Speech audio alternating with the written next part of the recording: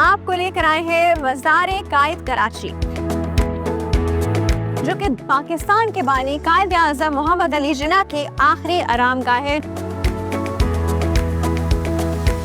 कायद-ए-आज़म मोहम्मद अली जिन्ना के मज़ार को बेहतरीन सफ़ेद संगे मरमर से सजाया गया और इसका डिज़ाइन बनाया मशहूर आर्किटेक्ट याह्या मर्शद ने।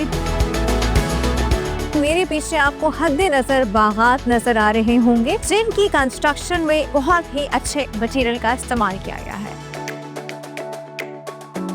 कायद-ए-आज़म के मज़ार में सिर्फ उनकी ही आखिरी आरामगाह नहीं है, बल्कि बहुत सारी अहम शख्सियात की भी आरामगाह यहाँ मौजूद है।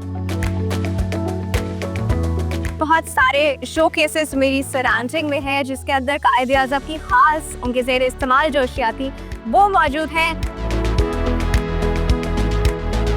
कायद-ए-आज़म सिर्फ हिंदुस्तान के नहीं बल्कि पूरी दुनिया में एक बहुत ही वेल ड्रेस्ड इंसान की तरह विश्व थे।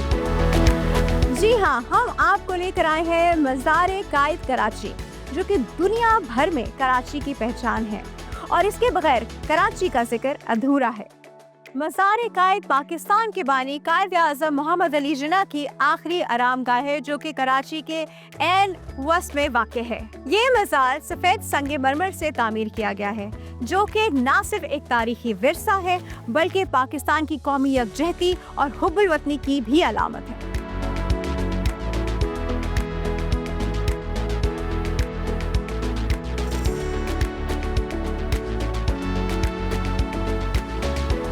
अच्छा जी, इस वक्त हम मज़ार-ए-कायद में उस अहाते में हैं जहाँ पे कायद-ए-आज़म मोहम्मद अली जिन्ना की आखिरी आरामगाह मेरे सामने मौजूद है।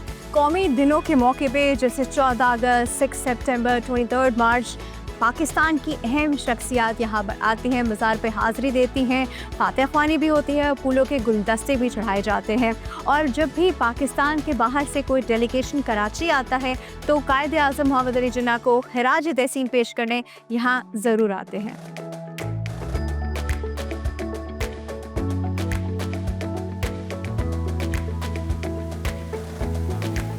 अच्छा जी, साल के 12 महीने हमारी तीनों अफ़वाज यहाँ निगरानी का अमल जो है वो सर अंजाम देती है। इस वक्त हम जिस महीने में मौजूद हैं तो यहाँ पे निगरानी का अमल जो है वो पाकिस्तान नेवी के सुपुर्द किया गया है। तो यहाँ पे पाकिस्तान नेवी के जवान जो है वो मौजूद हैं और मैं इनसे रिक्वेस्ट करूँगी कि कौमी सलाम जो है वो पेश कीजिए। So please.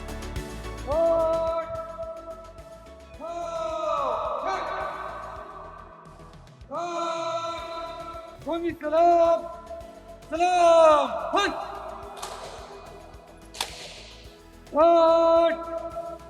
पीछे, हट,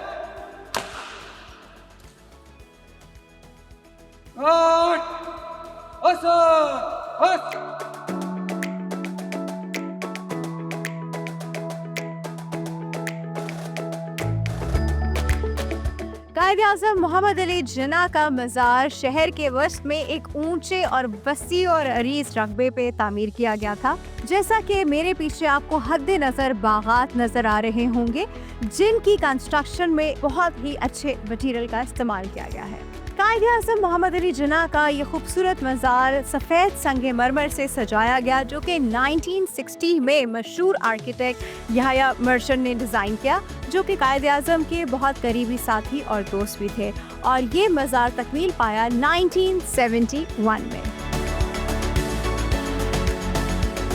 कायद-ए-आज़म मोहम्मद अली जिन्ना के मज़ार में सिर्फ उनकी ही आखिरी आरामगाह नहीं है, बल्कि बहुत सारी अहम शख्सियात की भी आरामगाह यहाँ मौजूद है।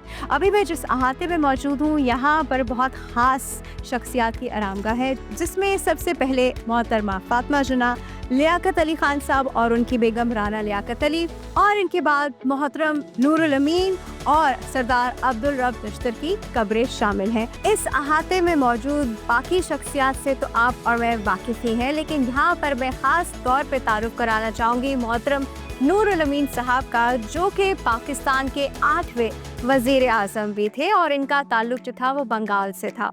बांग्लादेश बनने के बाद इनकी वसीयत थी कि मेरी तदफीन जो है वो पाकिस्तान में की जाए, तो इनकी तदफीन जो है यहाँ इस अहाते में की गई। अच्छा, उस वक्त पाकिस्तान में 2 ज़बानें जो थी वो राइट थी, उर्दू और बंगाली। तो आप देख सकते हैं कि इन कब्रों पे उर्दू में भी एक तरफ में लिखा है और एक तरफ में बंगाली में भी तफसीलात दर्ज है।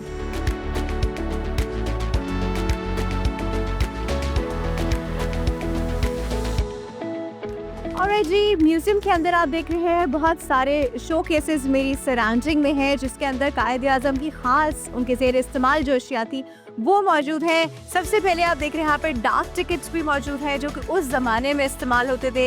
एक बड़ी ही ख़ास पिक्चर है जहाँ वो ऑल इंडिया रेडियो पे अनाउंसमेंट्स कर रहे हैं, तो उसकी एक पिक्चर है जिसमें उन्होंने एक मोनोकल जो वो इस्तेमाल करते थे अपनी आई साइट के लिए, वो भी जो है यहाँ पे सेव किया गया है, प्रिजर्व किया गया है, तो वो भी नज़र आ रहा है। एंड आई शुड से बहुत ही प्रेशियस, बहुत ही कीमती अशिया जो है वो यहाँ पर मौजूद है। आगे चल के देखते हैं वो अशिया जो कि बड़े से शोकेस, बड़े से ग्लास के फ्रेम्स के अंदर मौजूद हैं। वो क्या अशिया है और वो कायद आज़म के ज़ेर इस्तेमाल किस तरह थी, आइए चल के एक्सप्लोर करते हैं। और वैसे म्यूजियम में एंटर होते साथ ही मेरे उल्टे हाथ की तरफ आप एक टेबल देख रहे हैं। ये बहुत ही ख़ास टेबल है। ये टेबल जो है ये कायद आज़म के ज़ेर इस्तेमाल थी जब वो बैरिस्टर थे, और ये उनके ऑफिस की टेबल है। और ख़ास इस वजह से क्योंकि उन्होंने ख़ास ये टेबल बनवाई थी।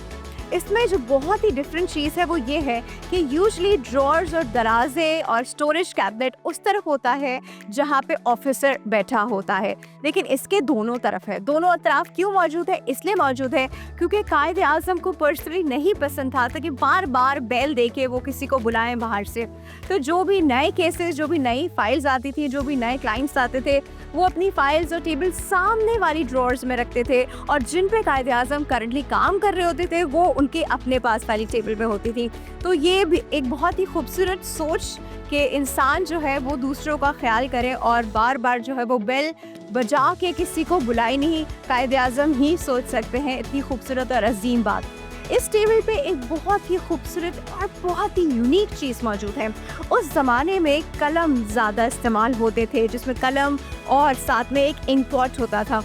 तो वो आपको सेंटर ऑफ द टेबल जो है वो पड़ा नज़र आएगा, लेकिन वो कोई आम कलम नहीं है। वो बहुत ख़ास कलम है क्योंकि उसके अंदर एक मिनिएचर पिक्चर बनी हुई है सेंटर में कायद आज़म की उनके अटायर में, जो कि उस ज़माने के हिसाब से सोचा नहीं जा सकता। एक बहुत ही जदीद टेक्निक है। कायद आज़म जो थे ना, माशाल्लाह, वो चीज़ें सोचते थे जो आज हमारे ज़ेर इस्तेमाल है। आप उनकी सोच देखिए, उनकी सोच के वसी होने का पैमाना देखिए।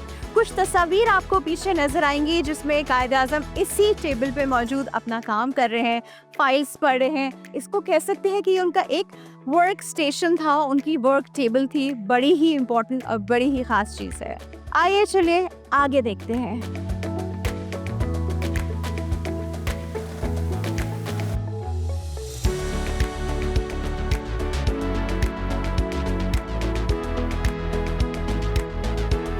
मेरे पीछे आप जो एरिया देख रहे हैं वो बेसिकली कायद आज़म की लाइब्रेरी का फर्नीचर है, जो कि दिल्ली और बम्बई में मौजूद होता था। इनफैक्ट वो जो किताबें आप देख रहे हैं वो भी केस स्टडी की बुक्स होती थी, जिसको कायद आज़म पढ़ते थे और अपने केसेस भी सॉल्व करते थे। और बड़ी इंपॉर्टेंट बुक्स हैं जी, आज भी लॉ में ये बुक्स बहुत ही कीमती मानी जाती हैं।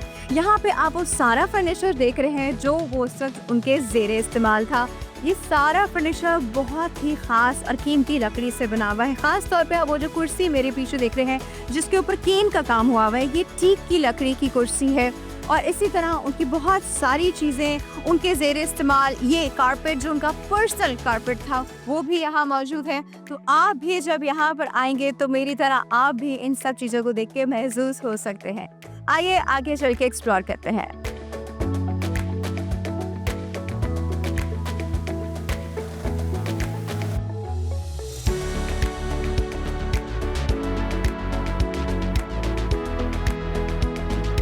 इस वक्त मेरे पीछे जो आप देख रहे हैं ये कायद आज़म का पर्सनल बेडरूम का सारा फर्नीचर यहाँ मौजूद है, जिसमें हम देख रहे हैं कि ड्रेसिंग टेबल भी है, उनका वार्डरोब भी है, उनका शू रैक भी है, और साथ ही साथ उनका जो स्पेशल बेड था वो भी यहाँ मौजूद है अपनी साइड टेबल्स के साथ। एक ख़ास चीज़ यहाँ मौजूद है वो है जी एक टिन का बॉक्स, और वो टिन का बॉक्स जो है वो मेड इन मुल्तान था।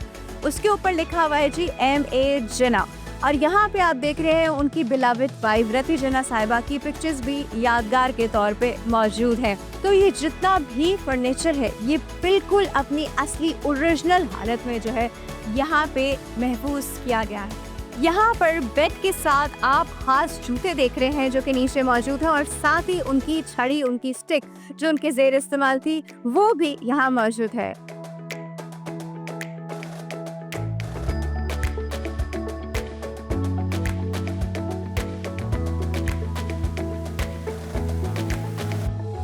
ऑलराइट जी, मेरे पीछे इस वक्त आप एक डाइनिंग टेबल, एक 12 सीटर डाइनिंग टेबल देख रहे हैं जो कि कायद आज़म के ज़ेरे इस्तेमाल थी, और एक बहुत ही ख़ास बल्कि उनका पसंदीदा सेट जो कि एक पाम ट्री की जिसके ऊपर एक डिज़ाइन मौजूद है, वो 54 पीसेस का एक डिनर सेट भी यहाँ मौजूद भी है जो कि टेबल के ऊपर भी डेकोरेट किया गया है, और उसके कुछ पीसेस जो है यहाँ पीछे मेरे रखे हुए शोकेस के अंदर भी मौजूद हैं।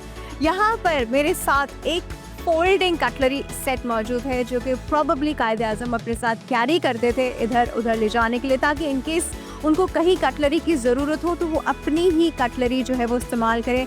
इंतहाई नफासत एक एक चीज़ में जो है वो नज़र आती है और उनकी आदात में भी नज़र आती है।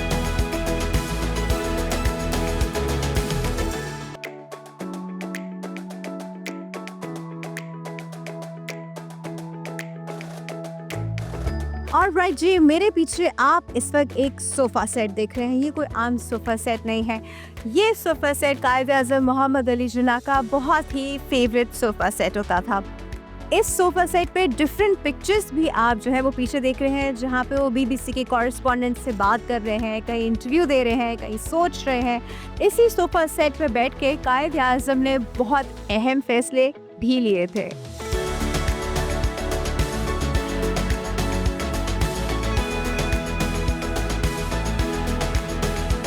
मेरे पीछे जो शोकेस है इसमें आप देख रहे हैं कि कायद आज़म मोहम्मद अली जिन्ना का वार्डरोब मौजूद है, मतलब बहुत सारे ऐसे कपड़े जो उनके ज़ेर इस्तेमाल थे, जिसमें उनके 3 पीस सूट्स भी हमको नज़र आ रहे हैं, उनका बैरिस्टर कोट भी हमको नज़र आ रहा है, उनके जूते, ख़ास जूते जो स्पेशल लेदर से बने होते थे वो भी हमको नज़र आ रहे हैं।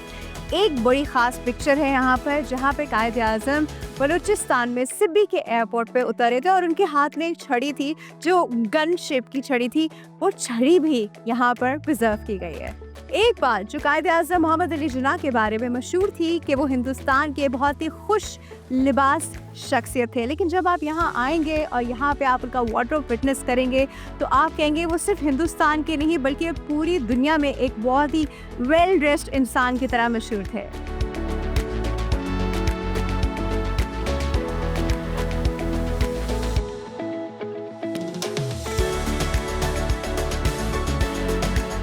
इस वक्त आप मेरे पीछे 2 कार्स देख रहे हैं, बहुत ही खूबसूरत, बहुत ही ह्यूज, बहुत ही ग्रैंड कार्स। तो जो मेरे लेफ्ट पे ब्लैक कलर में गाड़ी है ये है जी कैडिलैक जो कि 1947 का मॉडल है, और ये वो गाड़ी है जो कि ऑफिशियली कायद आज़म के ज़ेर इस्तेमाल थी जब वो first governor general of Pakistan बने थे।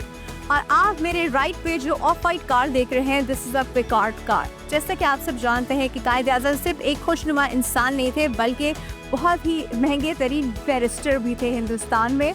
जो कि कायद आज़म मोहम्मद अली जिन्ना महंगे तरीन बैरिस्टर थे तो फिर उनके शौक भी महंगे होते थे। तो आप ये जो कार देख रहे हैं ये कार कायद आज़म ने खुद खरीदी थी और ये उनके ज़ाती सफ़र के लिए इस्तेमाल होती थी।